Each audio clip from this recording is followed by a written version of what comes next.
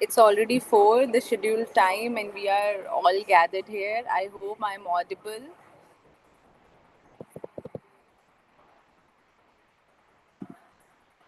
And so, good evening to all of you. So, I welcome all my participants and our respected resource person, Dr. Shabana Kesar. We are really thrilled to welcome you to today's discussion on feminist consciousness and gender based violence in modern India. Now, this topic is not only timely but also very crucial as we navigate the complexities of gender dynamics in our society. Also, if we see, the feminist consciousness has emerged as a powerful lens through which we can understand and we can challenge the persistent issues of gender based violence. Being a part of modern India, having said it, that modern India is something that is uh, given a name looking to the temporal and spacious uh, in context. But if we look at the workplace violence, the crime, the heinous crimes that are happening, the cultural, the social, the political factors that intersect. So it is essential to foster the dialogue that illuminate these challenges and explore the pathways to empowerment and justice. So today I welcome Dr. Shabana ma'am, who is very well versed and very rightful resource person for today's topic. For to she will engage us with diverse perspective. She will draw us from personal experiences, call her scholarly insights, uh, her activism that has been through her writing, uh, and together I think in that way we aim to deepen our understanding of how feminist consciousness can drive a change, how it can inspire a collective action against violence and discrimination. So I once again welcome you, madam, and thank you for being here. And I appreciate your commitment to our this virtual conversation that we are engaging here today. So I give this platform to you now. Okay. Yes. Thank you so much, Dr. Damini. I think you were very kind enough in, saying about me. So I'll just try my best to convey my today's lecture as you inspired from me. So let me know how many participants are here. It is showing 34 participants. Yes, ma'am. So they're all like just listening to me. I can't see their faces. Ma'am, I think maybe due to the technical issues or something, we have asked them to keep their videos. Okay, fine, no issues. But in between, I would like to hear from them, like just to, check whether they are listening to me or not. So I hope all participants are comfortable with this. Good afternoon to all of you. So, as you know, today's topic is feminist consciousness and the crisis of gender-based violence in modern India. Before I begin, I just want to say that about this lecture, how important it is in today's scenario, like about talking about feminist consciousness and then what our India at present is facing about the gender-based violence. I hope you all know about what is gender-based violence. Can anybody just in a line in the chat box tell me about the gender-based violence? What do you mean by that? Till then, I will share. Dr. Damni, please allow me to share my screen. It's showing that the host is not allowing multiple presenters. Yes, ma'am. I am just giving it 1 second. Yeah, so some of them are saying they don't know. Okay, violence related to gender specific. Yeah, that's what I'm asking you. What does it mean by gender-based violence? Is it any violence which is particular to any gender or irrespective of gender? Violence caused due to gender discrimination. Okay, very good. This is just a beginning remarks I'm taking from you all so that we know each other about the awareness regarding this topic. Yeah, with respect to the gender, violence against a particular person just because they belong to that specific gender. Very good, from Anjali. Yeah, this is the correct definition of gender-based violence, that any act of violence which is incurred on any particular gender because of being that gender. For example, female, or we can say a woman. So any violence which is being done to a woman based on that she is a woman will be categorized as gender-based violence. Okay. So thank you very much. I think I have got a learned audience over here, so I won't face much of the difficulty in explaining my content to them. So now I'm going to share my PPT with you all for little assistance, whatever I'm going to say. Just let me know if it is visible to you all. Is it visible? Yes, ma'am, visible for me. Okay. Okay, fine. So let us come to the first key concept of our topic, that is the feminist consciousness. What do you mean by feminist consciousness is of great concern, or the concept we need to understand. Feminist consciousness refers to the awareness of women develop about the systematic inequalities, injustice, and the oppression they face due to their gender. So it involves recognizing the ways the patriarchal structures affect their personal life, their social life, and their political lives. And challenging these power dynamics is called feminist consciousness. So let us understand this feminist consciousness from the uh, very famous key feminist thinkers from the West feminism, and also from the Indian feminists. Talking about the feminist key thinkers, let me quote two of them. Simone de Beauvoir. I hope everybody must have read about her. Her work is about the second sex, 1949. And it is a very seminal work of hers, where she argues that the way society construct a woman as other, like she is other being and she is inferior to men and subordinate to men. Okay.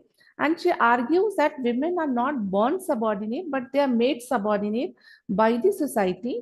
And women are conditioned for accepting this inferior role through their cultural and social institutions. So, her work, how can we relate her work to raising of feminist consciousness? Is that she emphasized the importance of women becoming aware of the subjugation and rejecting the roles assigned to them by the patriarchal norms. So, feminism consciousness therefore begins when women understand that the inequalities they face are socially constructed, not natural or inevitable. I hope you are understanding what she wants to argue. She wants to say that whatever women is facing in today's world or in the historical perspective is not because she is born a woman, but because she is conditioned to accept those inequalities. So her work was basically on that. And talking about the Betty Friedan, her work like this Feminine Mystique, which was published in 1963, she argued after the post World War II that the ideal of the happy housewife, and highlighted how many women in the United States they were feeling unfulfilled in their domestic roles, and Friedan named this sense of dissatisfaction as the problem that has no name. Okay, and arguing that women's potential was being shifted from the traditional gender roles. So how her work raised consciousness is that Friedan's work helped women realize their private frustrations were not the part of the larger societal problem. So she emphasized that every women problem is related to other women problems. It means that the women are not facing the problem individually, but it was a problem of the larger mass. So in that way, she created the feminist consciousness among the masses. Okay. Now, coming to the Indian feminists, there are many feminists who have worked towards, raising consciousness about gender equality, gender justice. But I am really interested in presenting two of their works here. Kamla Bhasin, late Kamla Bhasin, who argued about the challenging patriarchal norms, and V. Geeta. So, Kamla Basin, as you know, was an influential Indian feminist and has worked extensively on the issues of gender equality, social justice, and development. In her writings and activism, Bhasin emphasizes the need for women to understand and challenge the patriarchal structures that perpetuate gender inequality. And her work raised the consciousness among the mass by saying, because she always focused on making feminist ideas visible to the grassroots, right? She popularized the terms like gender, patriarchy, in the Indian languages through her activism, through her writings. She popularized these words and hence empowered women to question their prescribed roles within the family and within the society also. And her work stressed that most of the feminist consciousness must involve not only intellectual awareness but also about the practical everyday resistance. Okay, so her work, we can say, is a very important work in raising the feminist consciousness. Talking about V. Geeta, she was a prominent historian, feminist historian, and a writer from India, and she had explored the intersection of caste, gender, class, religion with the social movements. And her work emphasized that how feminist consciousness is not a singular concept but is shaped by the multifaceted social hierarchies, including caste, religion, and class.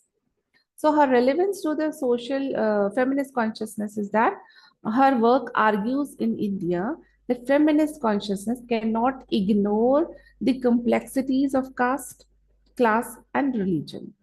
And she highlighted that feminist movement must address how violence and oppression manifest differently for women from the marginalized sectors, from the women of different religion, from the different women of different class, from the women of different class, like that. For example, the Dalit women or the Adivasi women or the tribal women or for the Muslim women, for instance. Okay. Now that was drawing from the feminist works. We were trying to understand the concept of feminist consciousness. Let us understand how women itself know, yeah, how important the self-awareness is to understand the feminist consciousness. The first criteria or the first struggle we need to is that transforming personal struggle into the political movements. We know that any movement, any political movement is a result of any incident or any personal incident. So women, feminist movements were always, not always, quite a times a result of their personal struggle. For example, Me Too movement was there, Pinjra Tod movement was there, right? So raising from transforming personal struggle into the political movements talked about raising the consciousness about the idea that the personal is not political, right? The concept that originated from the second wave feminists. It means that private struggles of women, for example, the domestic violence or the dowry deaths or the unequal care work, any struggle of a woman is not her personal, but is of the masses. So it is not their individual problem, but the reflection of the larger societal issues. As the women became aware of this, they are more likely to seek a collective action to transform their condition. Now, the second step would be once they are aware of their situation that this is something wrong happening to me, then the second step is that she will try to form a mass or she'll try to share with other women, and slowly this will become a movement which will later on turn on a very big movement and bring on some changes. Okay. Number two is role in transforming the status quo. That is, once a woman develop a feminist consciousness, They recognize that their operation is not personal or isolated or systematic. This realization is a first step towards demanding any change or challenging the patriarchal norms, whether through the grassroots activism or the legal reforms or participating in any form feminist movement. The first criteria is that they should be first themselves develop that feminist consciousness among themselves. Okay. For example, the Me Too movement is a clear example of feminist consciousness in action, where women started, sharing their experience of sexual harassment or sexual abuse long back openly in a common platform, right? And the third criteria is to make oneself self-aware is empowerment through knowledge.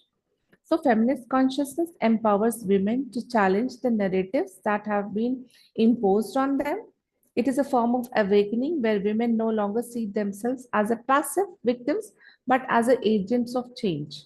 So, this consciousness leads to the questioning of gender roles, societal expectations, and even the legal structures that reinforce gender based discrimination. Please let me know. I'm talking to the participants. Let me know whenever you're feeling any kind of difficulty in understanding or you're able to understand me. Just let me know. In between, you can chat. Okay. So I'll respond to that. I hope till here we are clear about. So now let us come to a little bit of historical perspective of how the feminist movements in India have raised feminist consciousness. Okay, thank you. Yeah, a little bit of historical perspective is very necessary to understand any scenario or any concept. So, to understand feminist consciousness, we need to understand somewhat of, the historical perspective also, where women participated in the movements, feminist movements, or the Indian freedom movement. What was their role as a woman? So, let us see to the history of feminist movements in India through the early social reform movements and the feminist precursors like the Savitri Bai Phule's work. I'm sure everybody know about her. So Savitri Bai Phule was one of the earliest social reformers and the pioneers of feminism in India. And along with her husband, she worked tirelessly to promote education for women and marginalized communities, especially for the Dalits.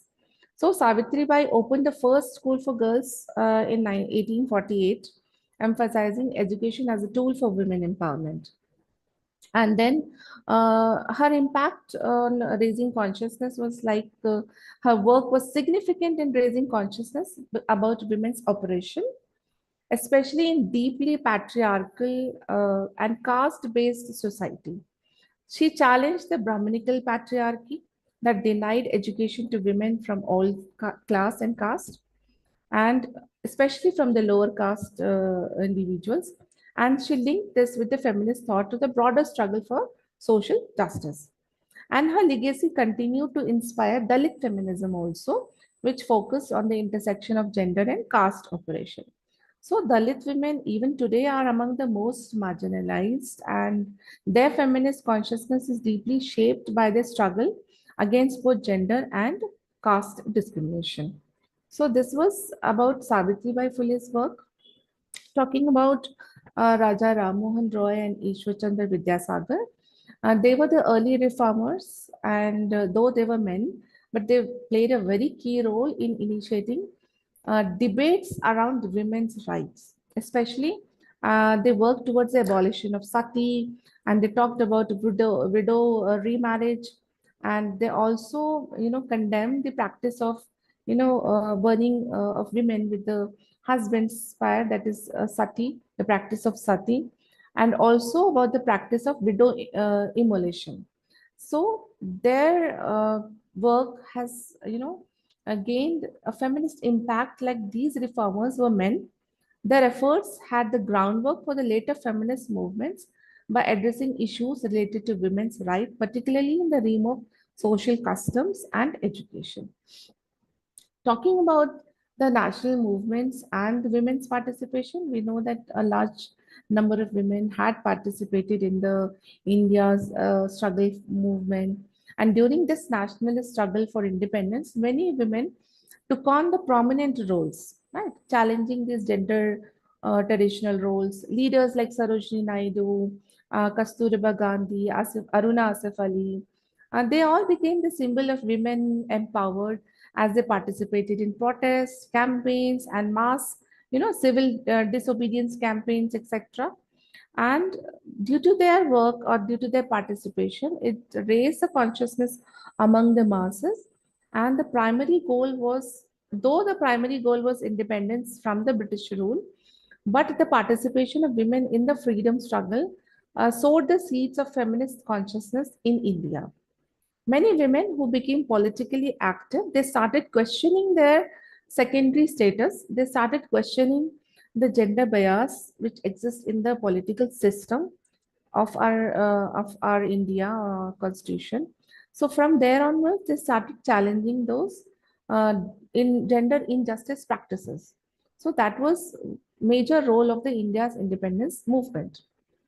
Talking about the post-independence struggles, after India gained independence after 1947, the women's rights issues were debated in the newly formed parliament, like the Hindu Code Bill, which was sought to reform the Hindu personal law concerning about the marriage, about the divorce, inheritance, and property rights. This Hindu Code Bill faced severe opposition in the newly formed parliament. However, uh, later on, it resulted in few reforms, but it was only affecting the upper caste Hindu women, leaving out the other marginalized group as it is. So, though this worked also played a very great role in raising the consciousness among the mass, and these early legal reforms sparked debates about the nature of equality for women in India, but they also highlighted the limitations of one size fit all approach to feminism given to the diversity of Indian society. So they were demanding that equality should be reached to each and every woman, irrespective of their caste, class, religion, region, which was not happening till today. Okay, we'll discuss how the intersectionality also plays a great role in gender-based violence. Okay, now, yeah, sorry, yeah. After that, this is somewhat a little bit of historical perspective, so you might feel little bit bored also, because to understand any movement we need to understand the historical. So bear with me for a few minutes. We'll complete this historical perspective and we'll come to the modern periods challenges. Okay, so after the 1970s we can say that there was a rise of modern feminism in India, which is also called the second wave of feminism. So it begins the beginning of the modern feminist activism in India in 1970s actually, and this period saw an increased focus on issues like they started talking about, now the violence was in the discussion. Earlier the discussion was about the rituals, the customs, the traditions. They were challenging those patriarchal customs. Now after the second wave feminism, they started questioning the violence which was being perpetuated against women, especially the dowry deaths, the domestic violence, and also they started questioning the legal system's failure to protect women's rights. So one of the catalysts for this movement was the Mathura rape case, a very famous case study of 1972, where a young tribal woman, Mathura, was raped in the police custody. And later, when the accused was convicted, uh, it led to the acquitted. It led to the massive protest, and eventually some reforms were there made in the rape laws. Okay. If you talk about 1980s and 90s period, it was talking about anti-dowry and domestic violence movement. The dowry, because this period saw a lot of dowry deaths and domestic violence were on the rise, and this emerged as a major feminist concern. and the women's group across India, they mobilized against the dowry-related harassment and the deaths, and leading to the legal reforms like Section 498A of the Indian Penal Code. This was a very, impactful result, or because of this movement, that it resulted in a formation of a section which is called 498A of Indian Penal Code, which criminalized the cruelty towards the wife by their husband or even by the in-laws. Okay, and it raised the consciousness among the women, awareness among the women of their rights and the legal tools available them to challenge the domestic violence and the dowry harassment. It also led to the establishment of support structures such as shelters for the battered women. Earlier, what happened? The domestic violence was not considered as a problem. It was something very personal. But later, women realized that it is not a personal problem, but a violence that is happening upon her. Okay.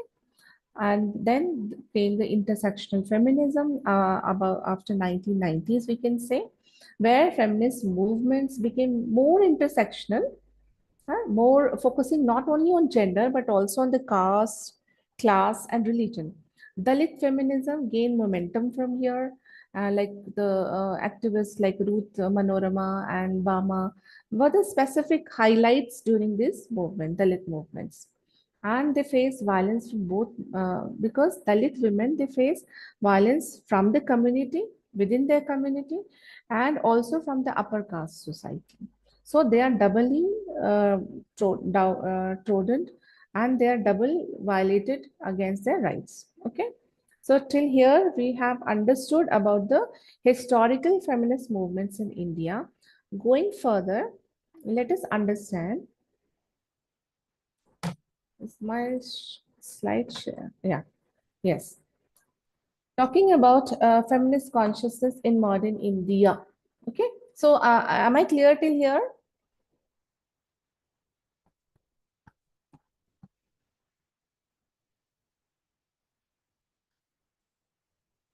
I hope I'm not making you bored. Okay, fine. Thank you. Okay. So let us understand. Uh, sorry. Yes. Chaitra. Yeah. Chaitra, what is your doubt? Can you write? Can you post your doubt in the chat box? Do you have some doubt?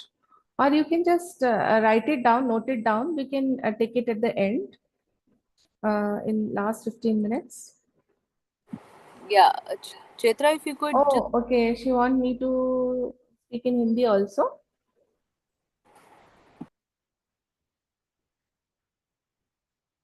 Yeah, actually, dowry was criminalized in 1961.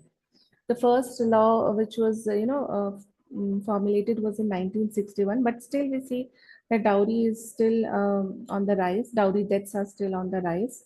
Okay, why we see that we still is it active at? What we see it active? What's making people not? Yeah, yeah. This is all. Yes, yes. I'm coming to digital feminism also. Very good. Our participants are very aware. So yes, I'm see here. I'm talking about digital feminism also. हाँ, थोड़ा सा मैं हिंदी में भी बीच में बताऊंगी. जब हम बात करते हैं मॉडर्न इंडिया की, तो यहाँ पे थोड़ी सी चीज़ों को हम समझने की कोशिश करते हैं, like shaping discussion on the rights and equality and justice, like the Me Too. Anybody can tell me when the Me Too movement started in India? I deliberately did not mention the year here. Let me see how many of you know about it. Me Too movement कब start हुआ India में?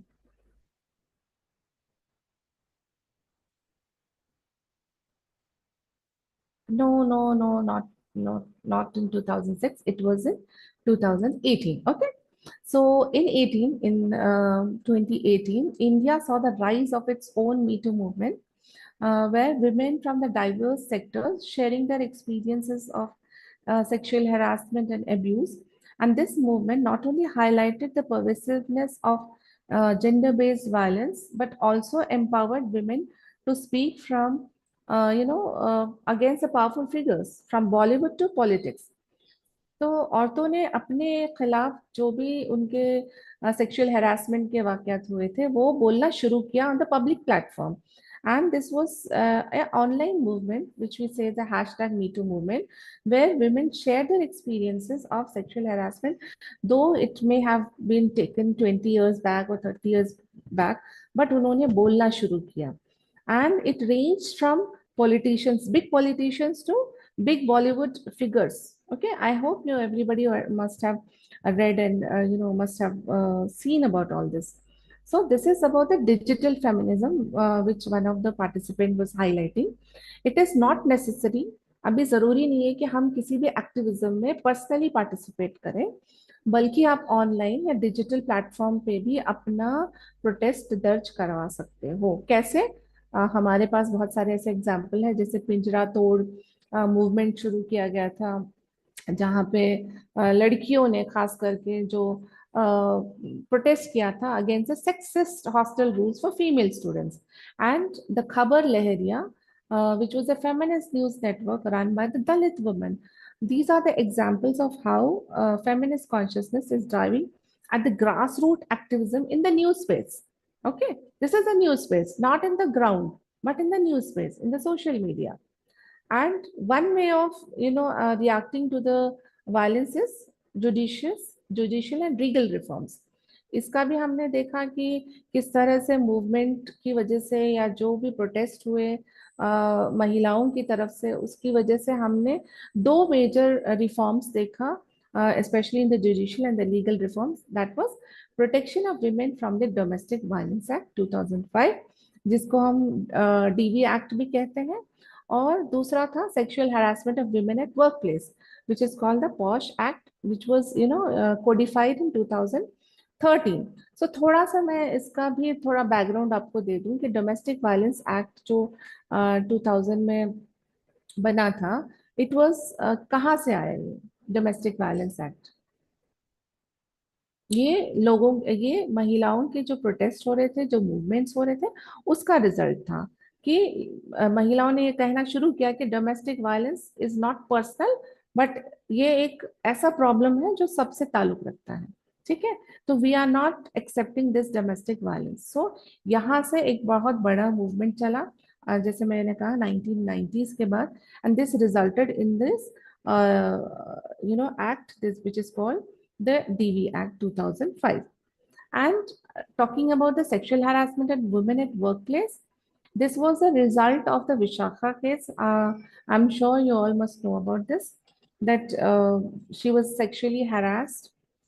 She was a Dalit tribal women activist, social worker थी ये, and she was harassed by the upper caste women, which led to the Vishakha guidelines, and later it resulted in the act, sexual harassment for women at the workplace. And later on we'll be coming in detail about this act. Okay, and talking about the caste and intersectionality in feminism, again, the modern feminist consciousness India is deeply aware of the intersection of the caste, religion, and class with the gender.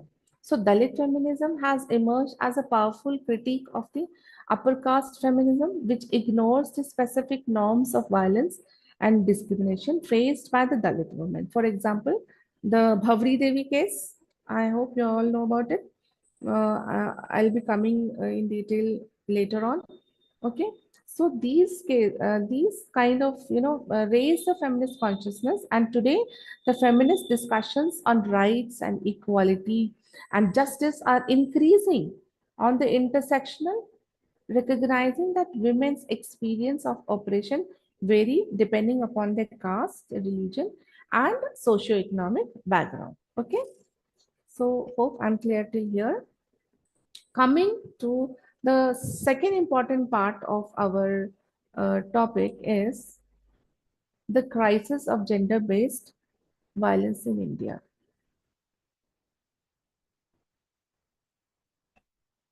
Okay, what, as you said, I took an insight from you all that gender-based violence is in India is very pervasive and is very complex. Why? Because it is arising out of the various cultural, social, and legal factors.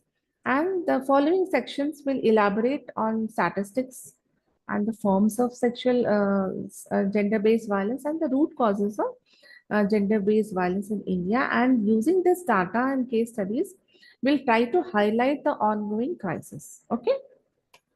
So talking about the data, these data are based on the recent NCRB reports. So very quickly, I'll try to highlight the key statistics on the major violence that happens on women is that rape, domestic violence, dowry deaths, acid attacks, honor killing, sexual harassment. So one by one, we'll see the data.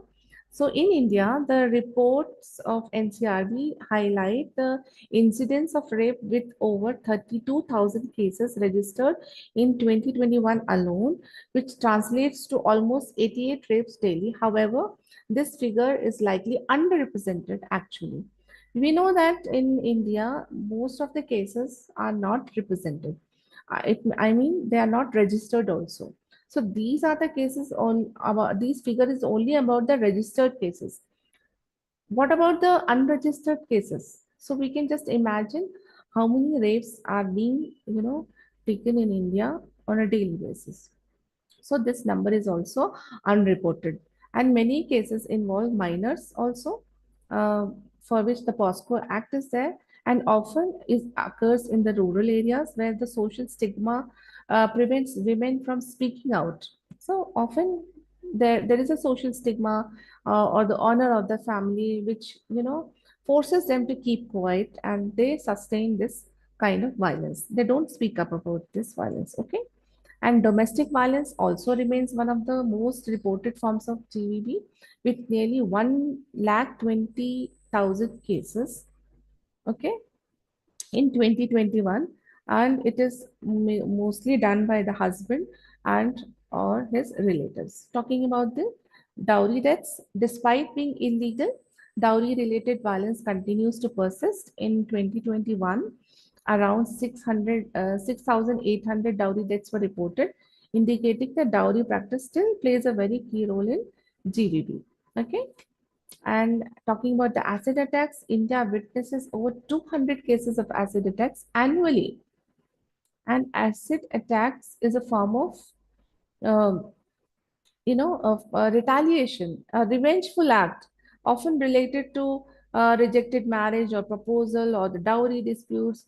And despite the stringent laws, survivors face long-term physical, psychological, and the social scars. You can imagine a girl who has, is undergoing this kind of trauma. She is not socially acceptable. She is not getting jobs in other good reputed institutions because of her disfigured face, and also she is going through the psychological trauma. Talking about honor killings, again, the cases of honor killings are also on the rise.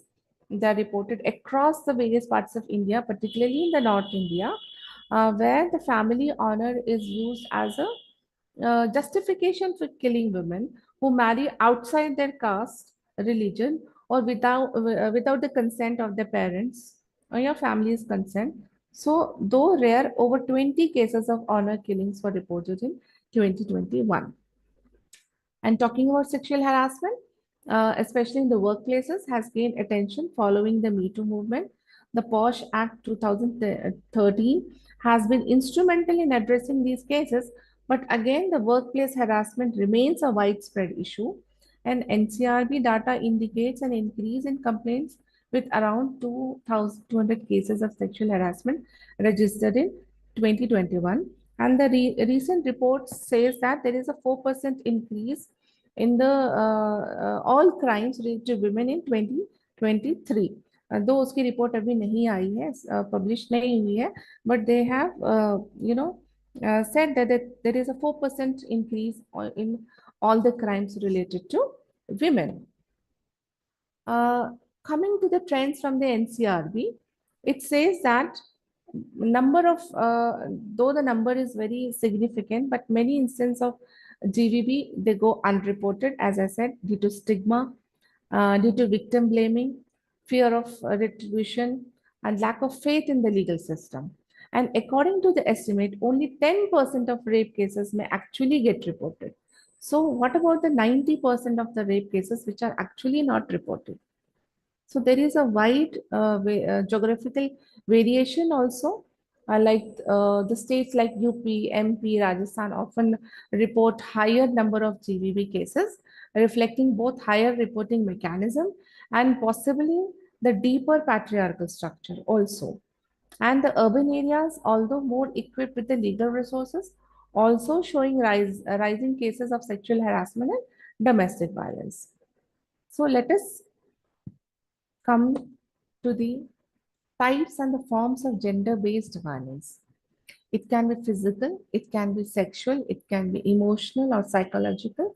So one by one, we try to understand this thing. So physical abuse is the most visible form. You can see it. Any mark, any beating, slapping, mutilation, or murder. It is seen.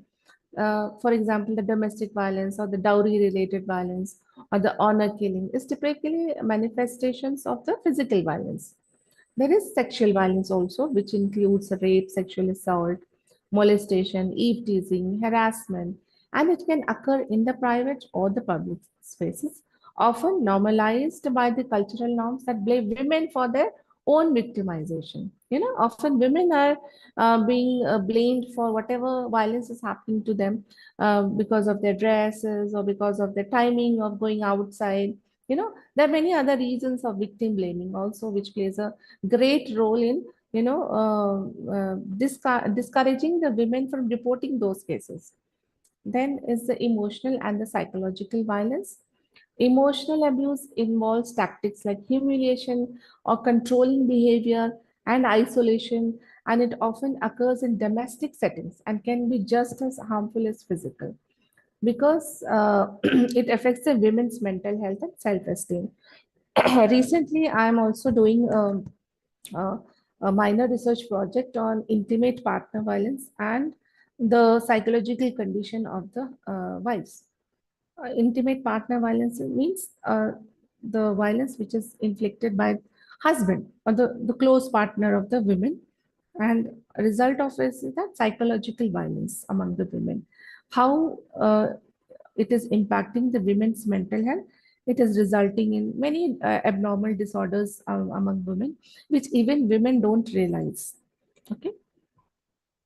So, economic violence is also one form of violence, and this form of violence restricts women's access to financial resources, education, and employment. It often forces the economic dependence on abusive partners or the family members. Because of this, women are not, going out of that bond or the marriage bond because she is economically dependent on that husband or brother or father, whoever it may be, because she is not economically independent. So this restricts women's access to their financial resources. Okay.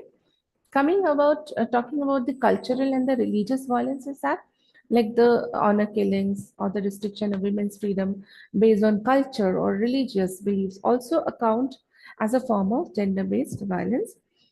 They reinforce the patriarchal control over women's sexuality and behavior, particularly in the conservative societies.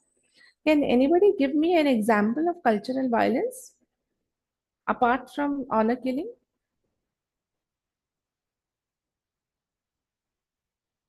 Cultural violence. Yeah, Sati, but it was historical.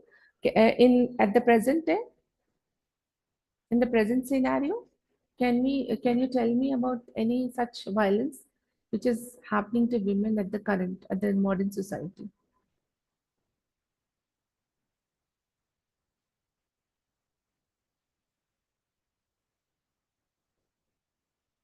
Okay, let us see. Yes, one more important factor is that whatever cases which are being reported uh, against rape, out of them, more than 128,000 rape cases are still pending in the trial in the Indian courts by the end of 2017. Uh, this is the latest year's data which is available to me, which I wanted to share. Just think about the trauma that women are facing because so many rape cases are still pending in the trial cases, and we are talking about fast track cases and all that. Okay. So this shows the loophole of our legal system about our judicial system also. So, what are the factors? Coming to the factors responsible for the, you know, for gender-based violence.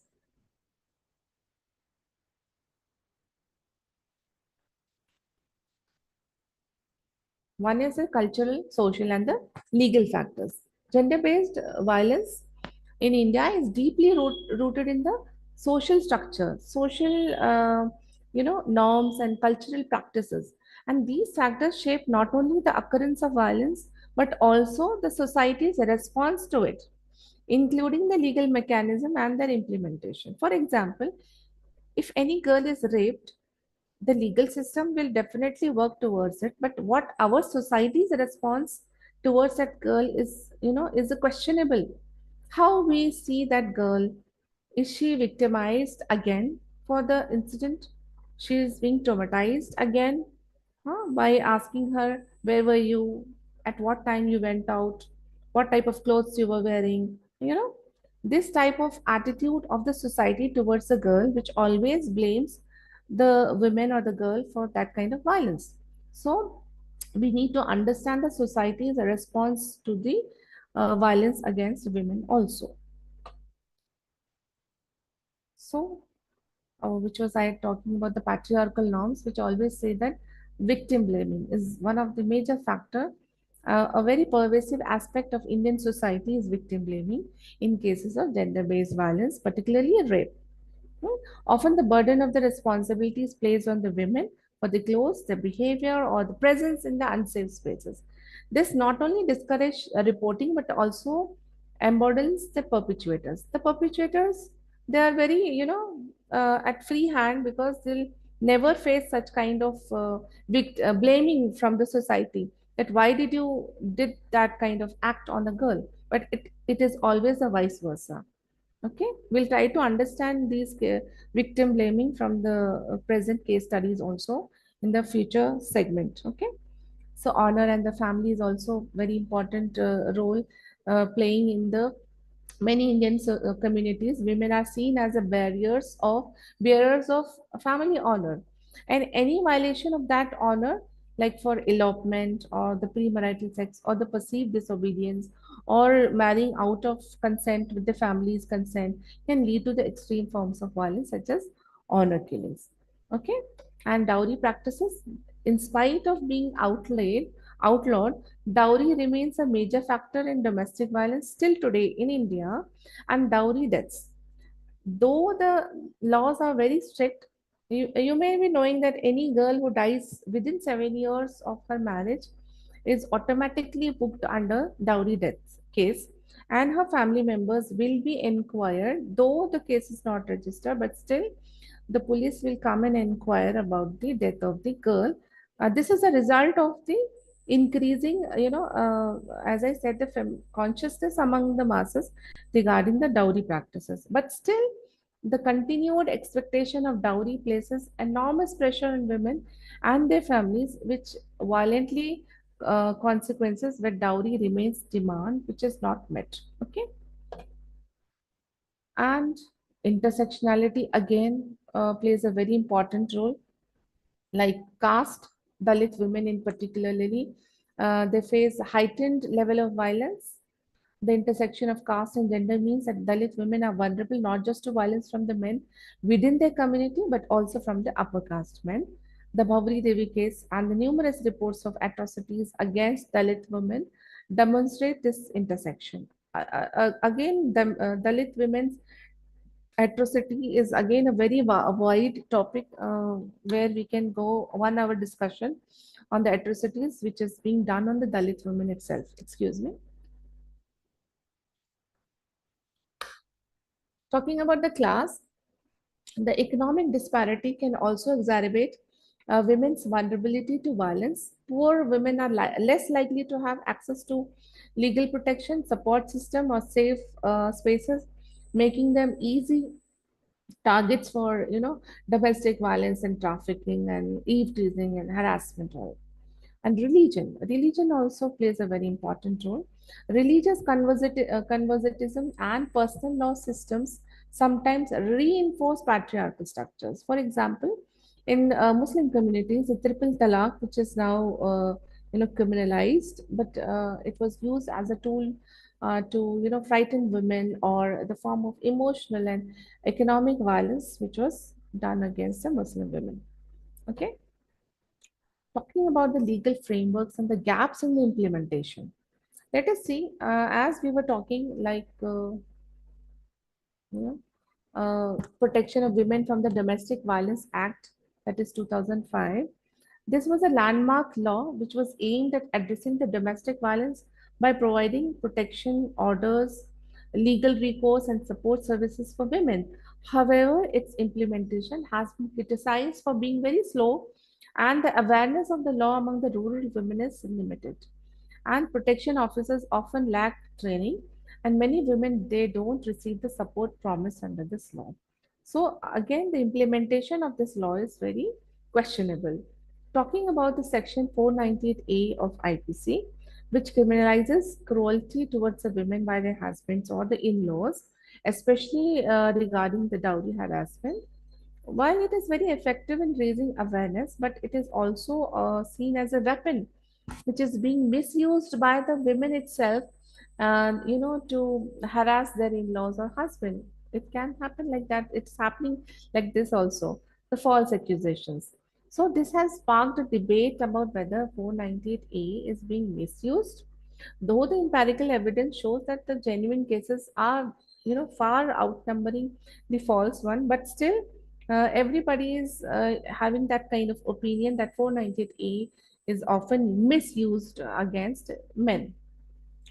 Talking about the Nirbhaya Act, I'm sure all of you must be knowing about this, which was a result of the rape, gang rape, which happened in Delhi in 2012. The Indian government passed this act to reform the rape laws, and it included stricter punishment for rapists and fast track courts for the rape cases, and changes in the definition of the rape to include more types of sexual violence. Okay, so legally, this act was reformed very much. But when we come to the implementation part, uh, despite these being the legal reforms, implementation is very uneven, with long delays in trial. Though it is talking about the fast track courts, but still there is a delay in trials and inadequate protection for the survivors. And often the survivors are threatened by the perpetrators, which again goes unreported. And there is lack of sensitivity among the police also, and the judicial officers. The way they talk to the rape victims, the way they handle the rape victim is very insensitive.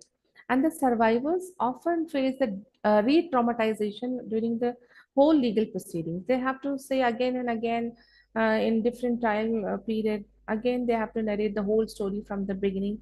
And because of the insensitiveness of the judicial officers or the police officers, she is very psychologically drained out. So in that cases, it sets an example for the other women whether to report such cases or not. Okay, so now coming to the next part is how feminist response is to the gender-based violence. So let us understand, when all this happens, what is our response as a feminist? Okay. So feminist response to the gender-based violence in India have been multifaceted, involving grassroots movements, NGO-led interventions, and judicial activism. And these efforts have not only raised awareness but also pushed for the changes in legal frameworks and provided critical support to the survivors. And now, in the coming slides, we'll be elaborating on how the grassroots movements or the organization or the policy changes have responded to the crisis of gender-based violence, as well as the challenges they face. Okay.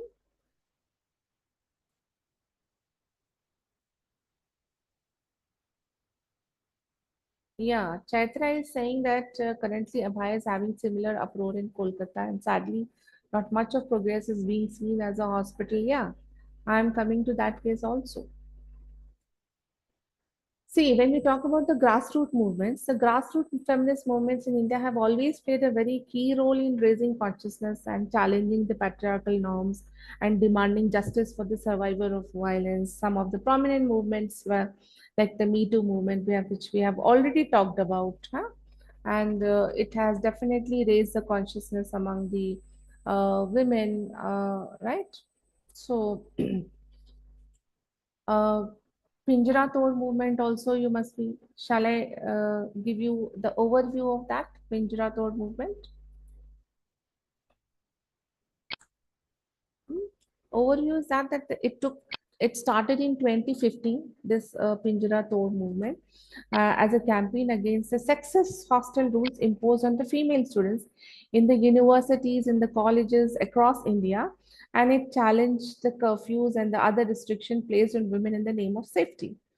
So, so the feminist response towards this was that the Pinjara Tod argued that these rules are paternalistic, means they are, sexist, and this reinforce the notion that women need to be controlled for their own safety rather than addressing the root causes of the violence. The movement demanded the autonomy for women and end to the culture of victim blaming. And the impact of the Pinjara Tod movement was that it was very widespread attention, and the protest led to the several institutions to review and relax the hostile policies. More importantly, it brought the issue of institutionalized sexism into the mainstream discussions about the gender-based violence.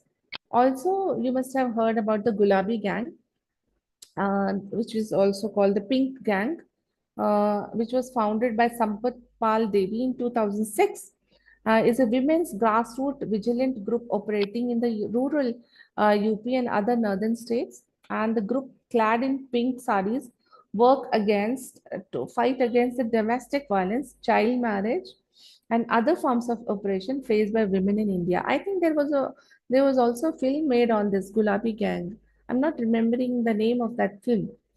Uh, it was featured by Madhur Dixit, something like that. So it was Gulabi Gang only. The name of the movie was Gulabi Gang. Gulab Gang. Yes, yes, yes, yes. So yes.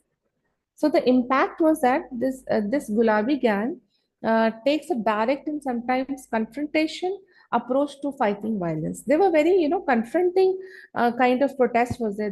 They started fighting against the perpetrators, and they intervene in the cases of domestic violence. And women, they helped the other women to file complaint against domestic violence, and even physically confronted the abusers with the local authorities fail to act. So this is a very good example where women can, motivate each other and form such kind of movements. Okay. And talking about the role of NGOs in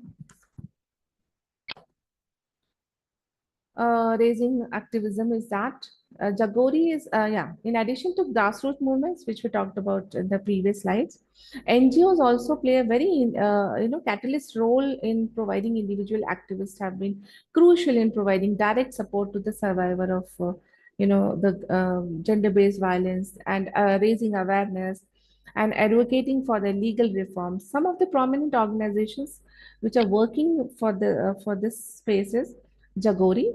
Jagori is again a Delhi-based feminist organization founded in 1984, and its mission is to promote women's rights, combat violence against women, and create safe spaces for women. And Jagori conducts workshops and awareness campaigns on women's rights and gender equality and gender-based violence. And there are many campaigns which are run by Jagori's, like Jagori's Safe City campaign is notable for addressing public space safety, highlighting how everyday sexual harassment like eve-teasing restricts women from mobility and freedom. Okay,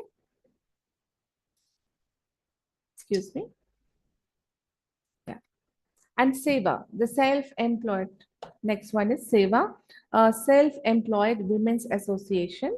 It is a trade union which is organizes women in the informal sector, and it primarily focused on the labor rights of the women. Seva has been active in addressing gender-based violence that affects women in the employee situations. Means when a woman is in employee condition at that time, this NGO is working for combating against their gender and economic violence. Okay.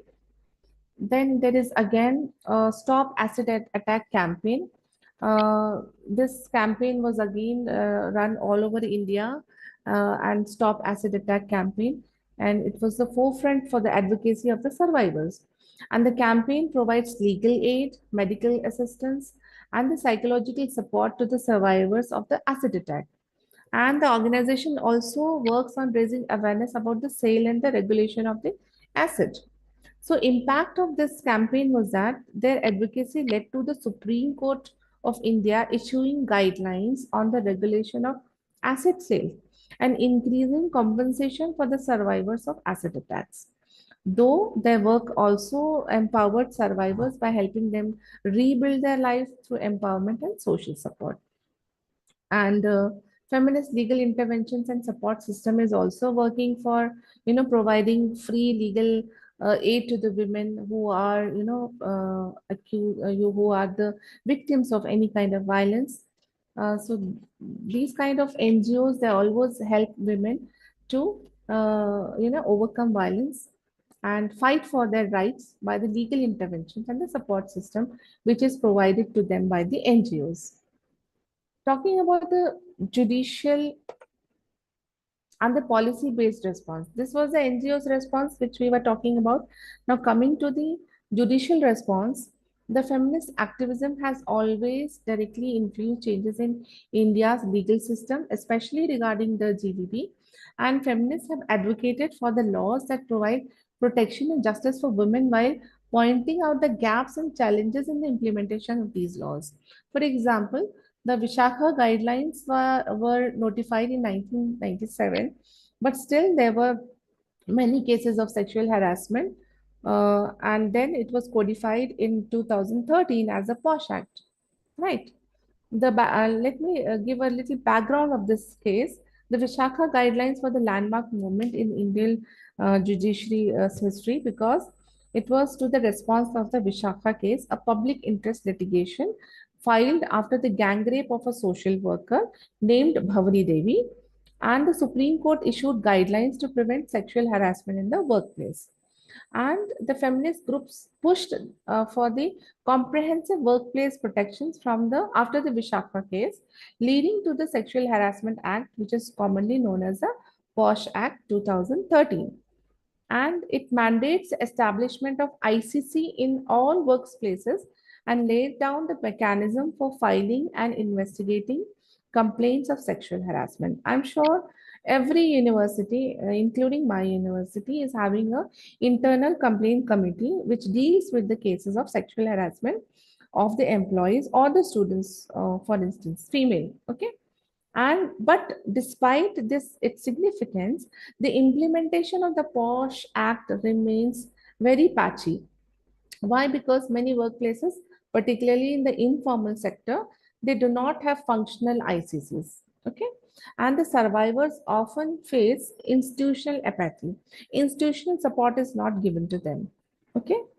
Then we see that there is some reform in the rape laws also. After the Nirbhaya case in 2012, there were many reforms which were made in the rape laws, where the law expanded the definition of the rape, increased the penalties, and introduced the fast track against the rape cases. There was a Nirbhaya fund, which was, government established this fund for financing the initiative for women's safety, including emergency response system or installing of CCTV surveillance and public awareness campaigns. For this, the Nirbhaya fund was given by the government. Again, there are many instances of misuse of Nirbhaya fund, or we can say that Nirbhaya fund is not used so effectively to combat rape in India. Okay. So again, we see the gaps in implementation because there is no fast track working as it should have been working, right? Then talking about the protection of DV Act, for instance, again, it was very, it offers protection orders, shelters, and monetary relief to women facing domestic violence. Am I audible? Sorry, am I mic shifted? I hope I was audible. Yes, ma'am, you're audible. Yeah, yeah, okay. Yeah. So I was talking about DV Act. Again, we see that this, though it offers very protective laws and stringent orders against a shelter and also the monetary relief to women who's facing domestic violence, it recognizes that domestic violence is not only physical abuse but also the emotional and psychological violence on women. So feminist organizations were key in shaping this law, ensuring that it addressed the multiple forms of violence of women in the domestic settings. Only physical violence was considered as a violence in domestic violence earlier, but now even emotional and psychological violence is being covered under the DV Act. What challenges this act is facing is that though the law is very progressive, many women, especially in rural areas, they are unaware of this provision, and moreover, the protection officers and the support officers are very unresourced. They are not so equipped to, provide women protection against this law. Okay,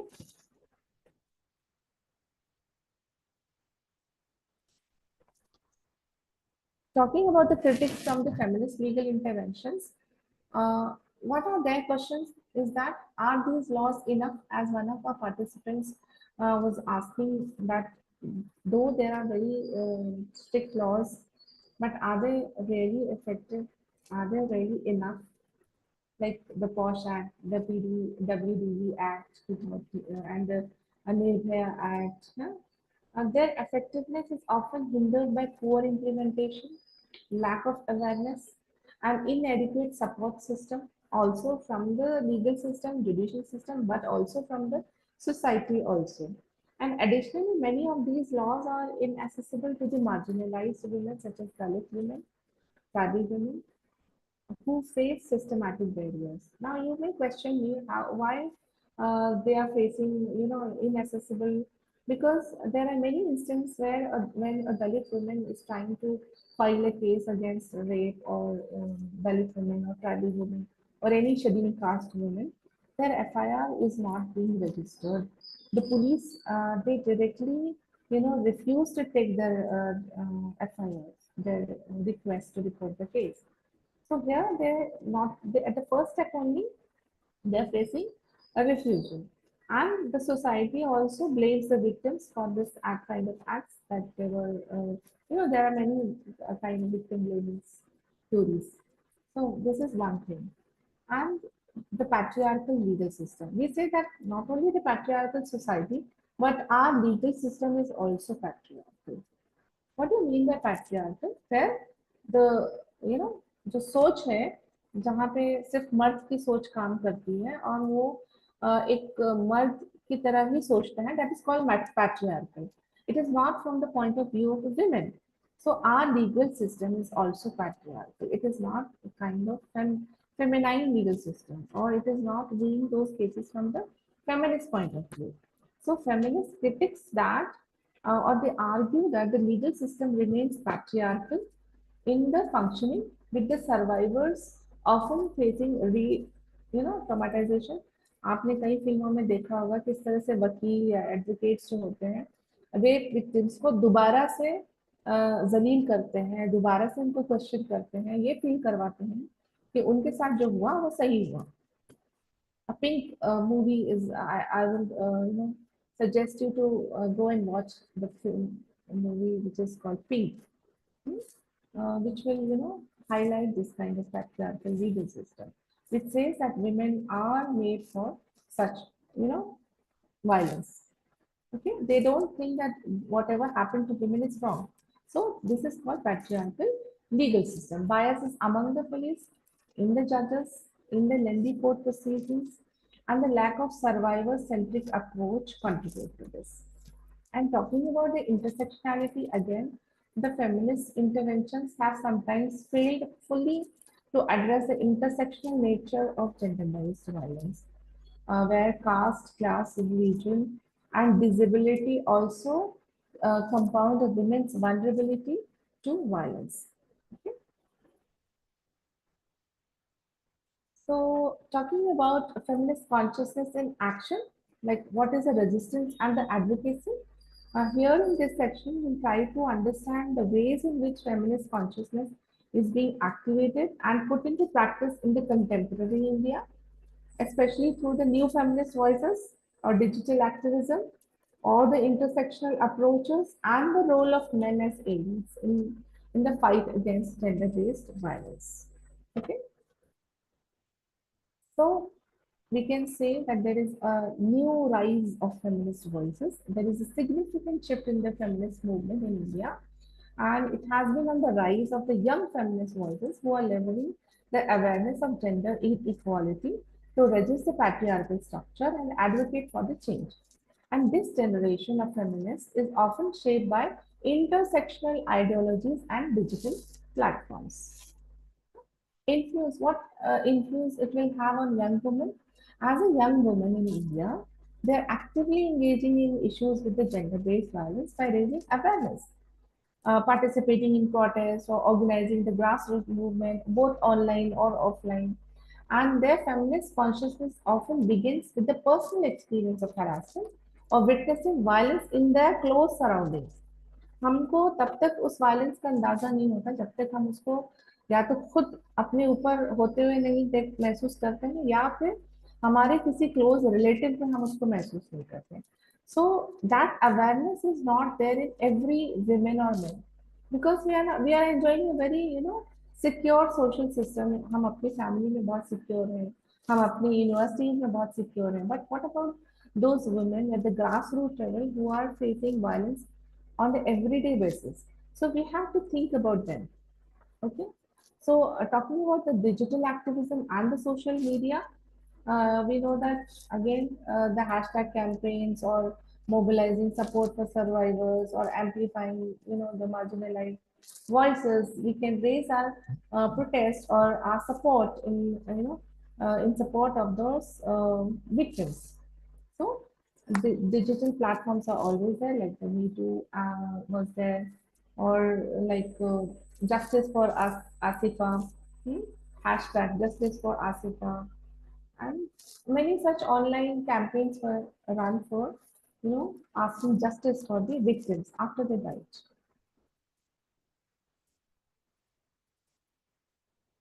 Talking about the intersectionality in the Indian context, the feminist consciousness in India is deeply informed intersectionality. This was a term which was coined by Kimberly Crenshaw to describe how different axes of identity, like the gender, race, and class, intersect to create a unique form of oppression.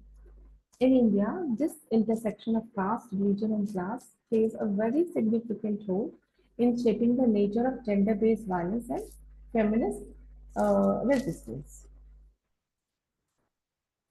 For example, the Dalit women and the sexual violence statistics, according to the reports, Dalit women are 3 times more likely to experience sexual violence compared to women from the upper caste. For example, the Bhavli Devi case, which I have already, related to you earlier, was a social worker from the Rajasthan, and she was attacked because of her efforts to stop her child marriage, an upper caste tradition in her village, and her case highlighted how the caste-based sexual violence often goes unpunished and led to the formation of Vishaka guidelines and later on the Posh Act. Okay? And tribal women's struggle is again a very different struggle. In many tribal areas like Chhattisgarh or Jharkhand, the expansion of mining and the industrial projects has led to the displacement of tribal communities, making tribal women vulnerable to sexual violence by both the state and the non-state actors. And these tribal women often face double marginalization, both as a woman and as a member of the indigenous communities. Okay. And the grassroots organizations and the women rights groups have been at the forefront of raising awareness about the sexual violence experienced by the tribal women, advocating for their land rights and legal protection. Talking about the religion and the gender-based violence, here we would like to highlight about the Muslim women in India who often face intersecting challenges related to religious and gender discrimination. For example, the post-communal violence which took place in Gujarat in 2002, the Muslim women were frequently targeted as a sexual violence as a form of retribution. And personal laws and feminist activism, talking about the personal laws like the triple talaq or the polygamy rules, or while some feminists also advocates for the uniform civil code that argues for the reforms within the religious laws that respect both gender and cultural diversity. So let us come to the case studies or the real life examples from where we would like to, understand how the crisis of gender-based violence is increasing in India day by day, and also how what about the feminist consciousness is being erased because of these, or there is any kind of effect on the legal or the judicial system because of these cases. Talking first about is the Bilkis Banu case. This case highlights the intersection of religion and the gender-based violence, particularly in the context of communal violence, and demonstrate how patriarchal structures target vulnerable groups like the religious minorities. This incident took place in 2002 in Gujarat, where a pregnant woman, Bilkis Banu, was gang raped and 14 members of her family members were killed in an act of communal violence targeting Muslims. And Bilkis Banu, she survived, and her fight for justice became a long legal battle against the perpetrators. And after many years, she got justice, and those accused were convicted in those cases. 11 members were convicted. The legal journey, talking about the legal journey, initially the local authorities they attempted to cover up this crime, but Bilkis Banu's resilience and the support of the human rights organization helped her to secure justice. And in 2017, the Bombay High Court upheld life sentence for 11 men convicted for rape and murder, which also indicated the police officers and medical professionals also who had tried to obstruct the case. But you must be knowing that recently these 11 men were, acquitted, and they were sent out on bail. And their coming outside was celebrated by the community. So this we have to see from the lens of the gender, that a woman who had fought such a long legal battle since 2002, and now at present also she is not getting justice, is a questionable scenario of our Indian legal system. Okay. So Bilkis Banu case is an emblem of how gender-based violence is often used as a weapon during the criminal conflict with women of marginalized communities, particularly of the religious minority, and they are facing the target attacks. Muslim women in India often experience compounded marginalization due to both their gender and the religion, making them more vulnerable to the acts of violence during the communal rights. And this case highlighted the lack of legal protection for minority women and the systematic bias they face within the justice system. And this raised the feminist consciousness and advocacy for seeking justice and advocacy for justice. After scheduled caste and Dalit women, it's the Muslim women who are facing this kind of marginalization. Okay. Talking about the Nirbhaya case, again, it's a very famous case which happened in 2012, where a young woman, who was known later on as Nirbhaya, was gang raped and brutally assaulted on moving bus in Delhi, and she later succumbed to her injuries, sparking a nationwide outrage. Okay, so the Nirbhaya case led to the unprecedented protests across India. Citizens, especially women, they took to streets demanding justice for Nirbhaya and comprehensive legal reforms to address violence against women. And the protests were defining movement in India's feminist movement, drawing attention to the deep-rooted issue of the sexual violence and the inadequacies of the legal system. If you ever happen to see a film which was broadcasted by BBC, Desh Ki Beti, something like that, there you will come to know that the mindset of those perpetrators was that एक लड़की बाहर जा रही है इतनी रात को जा रही है so she deserves that kind of. This was a statement of that one of the perpetrators. He said that वो तो डिजर्व करती है वो क्यों बाहर गई वो लड़के के साथ क्यों बाहर गई इतनी रात को क्यों गई. So this shows the mindset of the extreme mindset of the men who wants to control women regarding the time, the place, and the clothes they want the women wears. So this is kind of the mindset most of the men in our societies have. So what this protest led to the formation of some legal reforms were made. The Justice Verma committee recommendations were given, and following the public outcry, the Indian government they set up a Justice Verma committee to review the existing laws, and they recommended some laws. तो tackle the sexual violence यही होता है. क्या होता है जब कोई protest होता है तो जुडिशियल सिस्टम हमारी जाग जाती है and they started reviewing the existing laws and फिर उसमें थोड़ा सा चेंज करके they they will come out with the amendment law. Okay, but what about the implementation of those laws. कोई इम्प्लीमेंटेशन की बात नहीं करता. सिर्फ लॉज को बनाना बार बार उसको अमेंड करना ही काफी नहीं है. उस पर इम्प्लीमेंटेशन होना भी बहुत ज्यादा जरूरी है, जिसकी बात निर्भया एक्ट में भी की थी, फास्ट ट्रैक कोर्ट्स की बात की थी. लेकिन उसके बावजूद हम देखते हैं कि in practice fast track courts are not working in efficiency. So, though this protest has played a very crucial role in shaping feminist consciousness, that there was a cultural shift, and this case became a catalyst for the broader shift in how Indian society discuss rape and sexual violence. पहले इस पे बात नहीं होती थी, ज्यादा कोई इस पे बात नहीं करता था, इसको छिपाते थे. But after Nirbhaya case society में इसके ताल्लुक से डिस्कशन होना शुरू हुआ, ओपनली इस पे बात होना शुरू हुई. ओपन प्लेटफॉर्म्स पे हम sex rape and sexual violence पे हम ओपनली बात करना हमने शुरू किया after the Nirbhaya case. And this led to the empowerment of women. And Nirbhaya case also spurred a wave of feminist activism within the women groups, demanding not only stronger laws but also on the greater autonomy and the respect for women in both in private public places.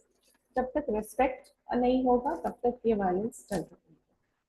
Third case which I want to highlight here is the Unnao case, which happened in 1790.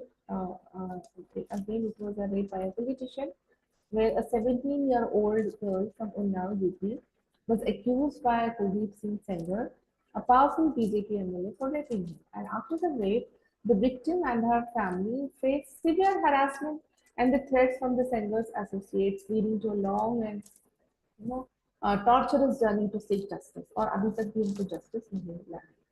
And the police in action. आप देखोगे कि जो local police थी उसमें जो involved थी और उन्होंने refuse किया किसी भी action को लेने से against Sandra due to the political influence. And the victim and her family were repeatedly harassed. And it was until a year later when she attempted to self-immolate in front of UP's chief minister resident, the case that में जो है एक national attention को gain किया और फिर वो लड़की तो मर भी गई. ये जो ट्रेजेडी हुई 2019 में, जिसमें विक्टिम को लेके जाया जा रहा था, family was hit by a truck under suspicious circumstances leading to the death of the two of her family members, and the victim was again severely injured, and the incident fueled suspicion that it was a deliberate attempt to silence her case. जब दिखा कि case में बहुत ज्यादा दम है तो इसको इस तरह से भी बंद करने की कोशिश की गई.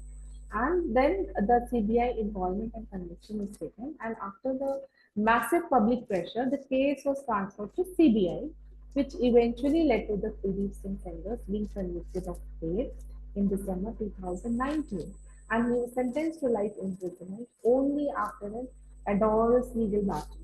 Right. So ये जो उन्नाव का केस था, it exposed the ways in which powerful men can use their influence and they can evade justice in cases of sexual violence. Number one, कि जो influential positions पे है वो किसी भी तरह का पावर यूज करके उस केस को दबाने की कोशिश करेंगे.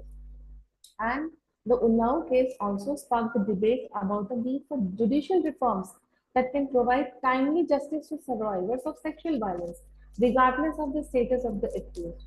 जितना ज़्यादा टाइम हम सर्वाइवर को लंबा देते हैं उतना ज़्यादा थ्रेट उन लोगों के लिए बढ़ जाता है जस्टिस लेने में. जल्दी अगर हम उनको जस्टिस देते हैं तो वो उस थ्रेटिंग से भी बच जाते हैं. And the whole process of getting justice is also, you know, not so horrible. Talking about the Hathras case, again, it was very terrible incident which took place in 2020, where again, I'm taking those cases which are from the, very old, very poor background, Dalit, tribal, like that. Okay. So here, a 19-year-old Dalit woman from the Hathras district in UP was allegedly gang raped by the four upper caste men, and the woman was found in a critical condition with severe injuries to her spine and other parts of the body, and she later died in the Delhi hospital. Again, we saw a delayed action in this. The local police were accused of delaying action in the case, including not initially registering it as a rape and preventing the victim's family from seeking immediate medical help.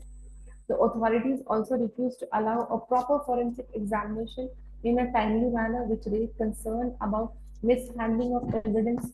Before 24 hours में उनका medical checkup होना चाहिए, which was deliberately delayed, you know, to mishandle the evidence या evidence ना मिलने के लिए इस तरह की कोशिशें जो है local police के जरिए किए जाते हैं. And there was a post cremation जहाँ पे हाथरस के जो कंट्रोवर्शियल एस्पेक्ट था वो ये था कि विक्टिम की बॉडी को रात में ही बिना फैमिली की कंसेंट को लिए जलाया गया. ये भी एक क्वेश्चनेबल एक्ट था. ठीक है. यहाँ पे भी कास्ट डायमेंशन अपना रोल प्ले करता है कि the case but in focus the caste based violence that the Dalit women continues to face in India. And the UP government faced immense criticism for its handling the case and leading to a CBI inquiry. जब तक CBI को जाता है तो वो time period is very crucial, और उसी period में अगर जस्टिस नहीं मिलता है तो वो तमाम चीजें क्या हो जाती है, डिले हो जाती है. And then CBI will take its own course of time to investigate the case. Again, this case was very important in raising the feminist consciousness and response. The Hathras case became very a rallying point for the intersectional feminist activists who emphasized the caste-based sexual violence require a distinct approach within the larger feminist movement. Okay. And several Dalit right groups and feminist organizations and student activists they took on the streets to demand justice for the victim and the family. And the last and the recent case is the Arjikar case of the Kolkata. Again, all you must have all heard about, read about it, and you were talking about it, which refers to an incident that took place at Arjikar Medical College and Hospital in Kolkata, West Bengal. And it is particularly notable for the way it highlights the sexual harassment and the student-led resistance that followed. Okay. Overview, इसका देखें तो in early 2010 students from Azad Medical College came forward with the allegations of sexual harassment against a senior professor. बहुत दिनों मतलब एक साल से चल रहा था बट उस पर किसी ने ध्यान नहीं दिया.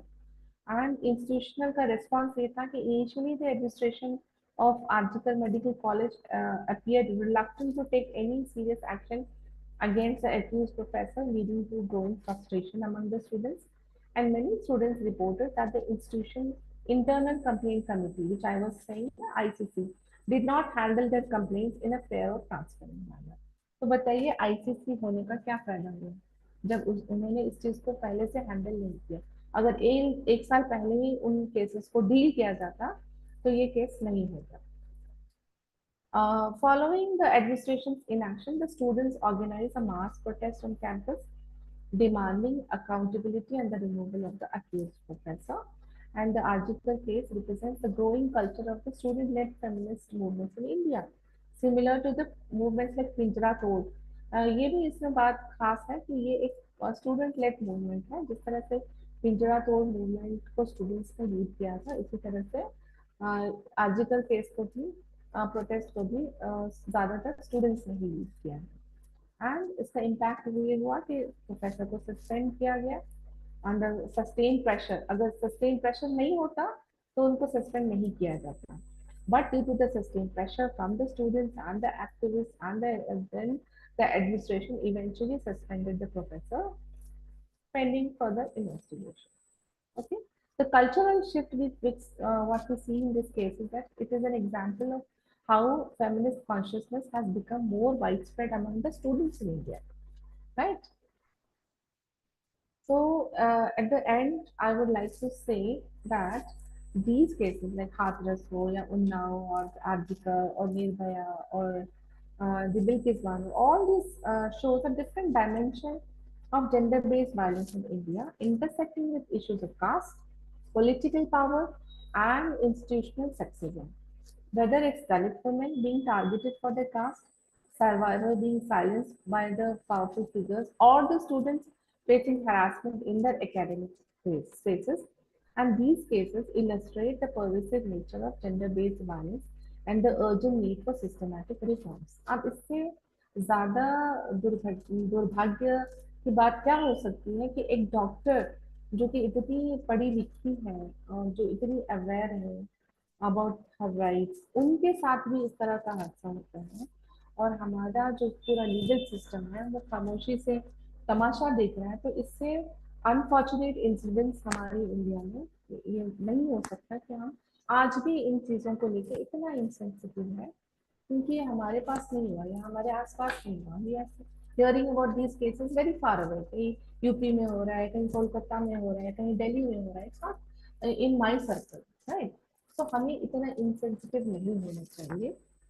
as a student, as a teacher, we have to talk about these incidents. We have to, हमारा जो डिस्कशन होना चाहिए आपस में, हम जो बातें करते हैं एज ए स्टूडेंट, हमारा ये डिस्कशन का मौजू होना चाहिए, ये टॉपिक होना चाहिए कि हम जेंडर बेस्ड वायलेंस को किस तरह से कर्व कर सकते हैं, किस तरह रोक तो नहीं सकते हैं या उसको अचानक से हम उसको डील नहीं कर सकते हैं, लेकिन कुछ तो होगा जो हमारी तरफ से हम कर सकते हैं as a student, as a teacher, you know to curb that gender based violence. और हमारे अंदर जो फेमिनिस्ट कॉन्शियसनेस है उसको हम किस तरह से रेज कर सकते हैं, तो उसके लिए जरूरी है कि हम ऐसे केसेस के बारे में आपस में बात करें।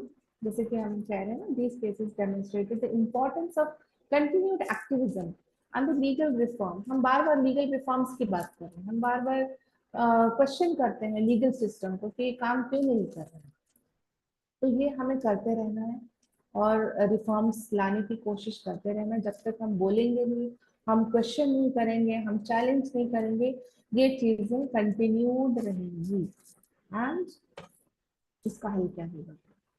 इसका हल निकालने के लिए या इसको कम करने के लिए हम हमारे अंदर फेमिनिस्ट कॉन्शियसनेस को बिल्ड कर सकते हैं। कैसे बिल्ड कर सकते हैं? By redefining gender roles. तो हमें अपने विलेजेस में, टाउन्स में, cities across India, women are increasingly stepping into the roles traditionally occupied by men। हमको उन जेंडर रोल्स को चैलेंज करना पड़ेगा। जैसे अभी आप देखते हो ग्रास रूट लेवल पे या लोकल गवर्निंग बॉडीज में, पंचायत में women का बहुत एक्टिव पार्टिसिपेशन हो रहा है। और इस पे एक वेब सीरीज भी आई थी पंचायत, जो बहुत ही पॉपुलर वेब सीरीज है। उसमें आप देखिए कि पहले इनिशियली तो जो वुमेन पंचायत होती हैं, जो प्रधान होती हैं, वो बहुत ही इनएक्टिव होती हैं, लेकिन बट लेटर ऑन वो थोड़ा सा बोलना शुरू करती हैं, they start participating in the decision making. तो एक बहुत अच्छा शिफ्ट जो हम एक लोकल गवर्निंग बॉडीज में वो देखते हैं कि women participating in panchayat, right. और वो बोलना शुरू करती हैं डोमेस्टिक वायलेंस के अगेंस्ट, चाइल्ड मैरिज के अगेंस्ट। तो ये बहुत अच्छी बात है कि हम उन जेंडर रोल्स को रीडिफाइन कर रहे हैं। Women need to step out of those traditional roles, अपने घर से बाहर आके उनको उन पब्लिक स्पेसेस में बात करना पड़ेगा, तभी जाके ये चीजें आम हो सकती हैं। एनजीओ अपना काम करेंगी जो एम्पावरमेंट के हैं या रेजिस्टेंस के लिए, जैसे हमने कहा एनजीओ लाइक सेवा है या जगोरी है, तो ऐसे बहुत सारे एनजीओ हैं। हैदराबाद में माई चॉइस फाउंडेशन है, जो डोमेस्टिक वायलेंस के लिए काम करता है ना, रोकने के लिए काम करता है। तो ये एनजीओ अपना काम करेंगी, लेकिन इस लड़ाई में मर्दों को भी हिस्सेदारी करनी पड़ेगी। We need men also as ages. It's not only the fight of women, it's a fight of both. Feminist movement globally and in India have increasingly recognized the importance of engaging men and boys in the fight against gender-based violence, and by challenging toxic masculinity and the patriarchal norms, men can play a very pivotal role as allies in creating a society where gender-based violence is no longer tolerated. जिसमें आप देखिए कि he for she campaign हम बोल रहे हैं. Just let me go to the previous slide. Yes, He for She is a global solidarity movement launched by the UN Women calling on men to advocate for gender equality. And this campaign gained significant traction in India, where male activists and celebrities and the public figures have publicly pledged to support gender justice. Right? And male allies in action, male allies are encouraged to challenge the sexist behaviors and intervene in instances of harassment and promote gender sensitive attitudes within their families, workplace, and communities. This is very important.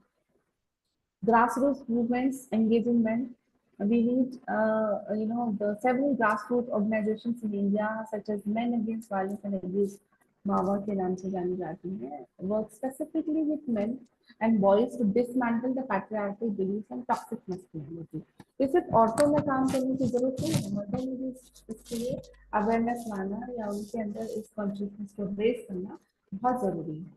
Because as a male, they can play a very crucial role in challenging the patriarchal system of our society.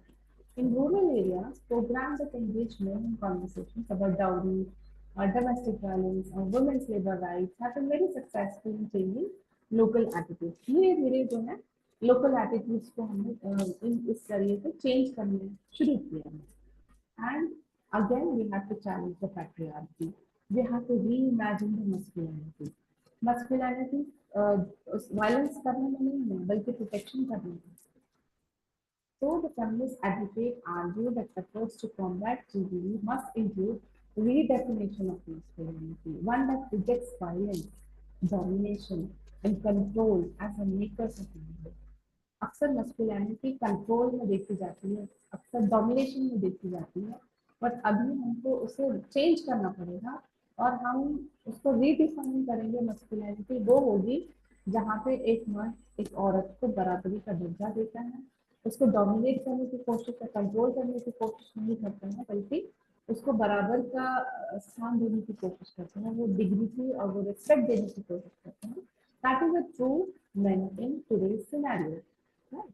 So engaging men in these kind of discussions around the emotional intelligence and the caregiving and equality can help to build a more equitable relationship. अब देखिए care giving का जो काम है वो सिर्फ औरतों का ही काम होता है.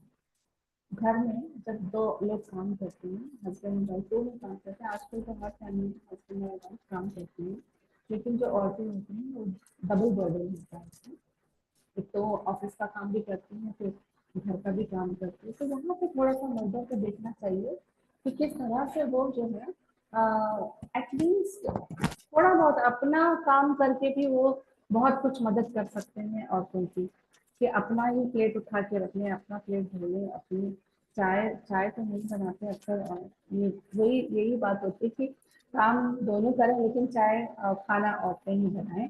तो इतना ड्रास्टिक चेंज अभी नहीं आ सकता कि हम ये डिमांड करें कि आप भी खाना बनाओ, बट एटलीस्ट शेयर हम कामों में कर सकते हैं कि काम को डिवाइड करके जितना हो सकते. इसमें भी ये देखना चाहिए मर्द और औरत को दोनों को कि किसी तरह का भी उसमें जबरदस्ती नहीं होनी चाहिए, क्योंकि एक रिलेशनशिप होता है जिसमें जबरदस्ती की कोई जरूरत नहीं होती है. And we must remember as a women that जो हमारे हस्बैंड है या जो हमारे भाई हैं, जो हमारे फादर हैं, वो एक ऐसे पैट्रियार्कल सिस्टम में जी के या मतलब पैदा होके बड़े हुए हैं जहाँ पे माँ या बीवी या बेटी या जो बहन है उसको केयर गिविंग रोल में ही उन्होंने देखा है. अब अचानक से अगर हम उनसे डिमांड करें कि आप बर्तन धोइए, आप खाना बनाइए, क्योंकि ये गलत होगा उनके साथ, ये एक तरह की नाइंसाफी होगी. हम उनको सेंसिटाइज करें धीरे धीरे से, हम उनसे एक्सपेक्ट करें कि उन्हें यह रियलाइज करवाएं कि हम दोनों का काम इतना ही जरूरी है और इसको बांटना उतना ही अहमियत रखता है। तो ये समझाने वाली बात है, ये कोई लड़ाई झगड़े वाली या जबरदस्ती वाली बात नहीं है। और आजकल हम देखते हैं there is a very cultural shift, एक शिफ्ट आया है मेन की सोच में, लड़कों की सोच में, and they are started sharing the work of the women. बहुत सारी ऐसी फैमिलीज में हम, स्पेशली द अर्बन सोसाइटीज, हम देखते हैं कि वुमेन दो गो आउट टू वर्क, उनके हस्बैंड बहुत हद तक उनकी डोमेस्टिक वर्क में हेल्प करते हैं, but it has to go to long way, right. और अगर हम कम्युनिटी बेस्ड अप्रोच की बात करें, in several regions men have to take on active roles in community based movements to end the gender based violence, promoting the idea that ending violence against women is not only a women issue but a community widespread responsibility। ये सिर्फ एक women issue नहीं है बल्कि सबका issue है, एक community का issue है। तो इस तरह से हमको इसको चैलेंज करना पड़ेगा। And at the end, because हम बस 15 मिनट बाकी है, I would like to give that for some suggestion from your end, or from some questions from your end, or kind of feedback from your end. So before we end, मेरा जो concluding remarks है वो यही होगा कि feminist consciousness in action is very evident in the new voices of young feminists। आप जैसे students पे वॉइसेस पे हम इस चीज़ों को देखते हैं, डिजिटल एक्टिविज्म में हम देख रहे हैं, ग्रास रूट मूवमेंट में हम इसको देखते हैं, and all of which are challenging entrance structure of gender-based violence. And intersectionality is very critical in understanding the varied experience of violence faced by women in India, especially those from the marginalized communities. So engaging men and boys as allies, whether through the global campaigns like He for She or through the local initiatives, it is very essential in creating the lasting change. And by addressing the structural and the cultural root of gender-based violence, Indian feminists continue to reshape the fight for gender justice.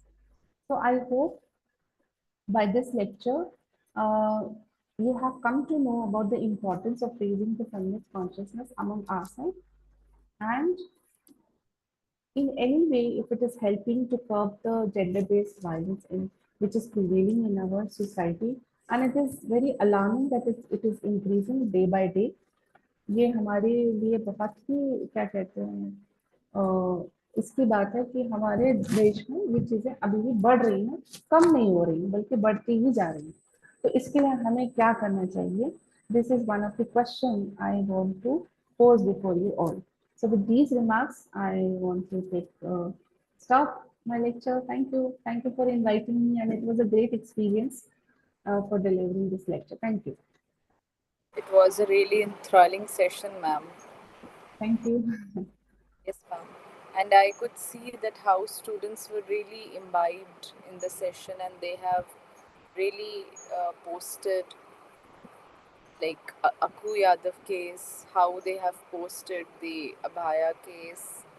Yes, ma'am. And one of the student also mentioned the Draupadi humiliation. Yes, yes.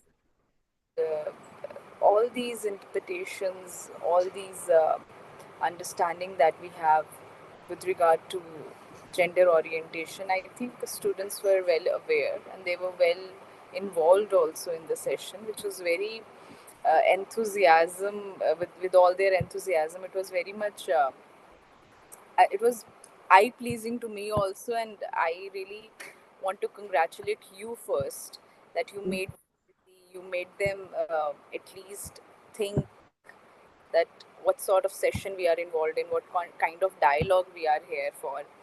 So yes, ma'am, I would first ask students if they want to ask anything, any doubt, any question from ma'am, since they have got this opportunity. So if they want to ask any doubt, they can unmute themselves. Anybody? Or else I would like to have any feedback regarding my lecture also, like whether they were expecting something else from me, or there was some aspect which I was not able to deliver, so that I can incorporate that in my future, lecture. So the feedback The is also open for them. form. So I will be sharing the feedback, whatever the responses. Okay, fine. Okay. Have shared the feedback form with them. So one of Somebody is asking me how, yeah, via email. Sure, I will drop my email. Shall I drop it here, or Dr. Damini, you will do that? ma'am, I will share the email with all the students. Sure. All the students who have registered, I will share your email with them. So then we shall, I think, conclude now. Yes. Yes. Okay, fine. I think there is no question from their end. So much involved, and they were clarifying all their points and doubts side by side while you were Yeah. Yeah. taking. So, ma'am, I truly thank you, and I stand before you with a heart full of gratitude and appreciation, since you have managed to do such an enlightened master class. And this is, I think, what is the true meaning of a master class. When you go beyond the classroom, you discuss the examples, you discuss certain case studies that you somehow happen to miss in the main classroom, and then you go beyond the topic and discuss the real issues, the ground level issues, and uh, you kind of push students to think beyond and to be able to analyze critically Yeah. analyze the Yeah. society that they are a part of, and that too through a sociological lens. I suppose very important, I think, in that way. So it has been an immense learning session with you, ma'am. Thank Insight you so much. and wonderful exchange of ideas. The students' ideas were also very much up to date. They discussed everything that was up to date. So, also, I thank my participants, my students, my resource person, Dr. Shabana Kesar, and now I extend our appreciation, uh, due to which this masterclass has been possible, to our senior Miss Ginny Nijwahan and our senior director Mr. Manish Kumar, the director of Center for Distance and Online Education (LPU).